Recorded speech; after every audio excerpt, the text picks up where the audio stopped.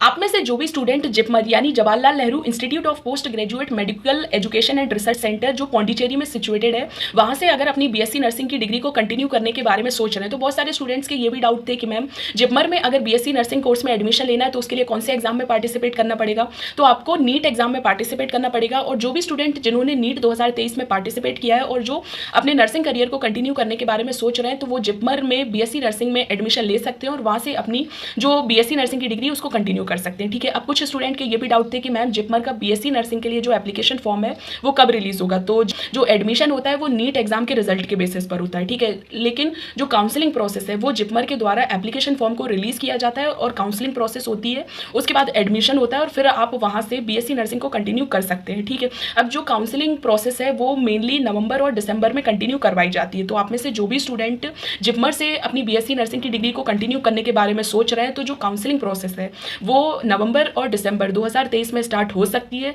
तो जब भी काउंसलिंग का फॉर्म रिलीज हो तो आप उस काउंसलिंग के फॉर्म को फिल करें और उसके बाद जिपमर में एडमिशन लेकर अपना जो बीएससी नर्सिंग की डिग्री है उसको वहाँ से कंटिन्यू करें।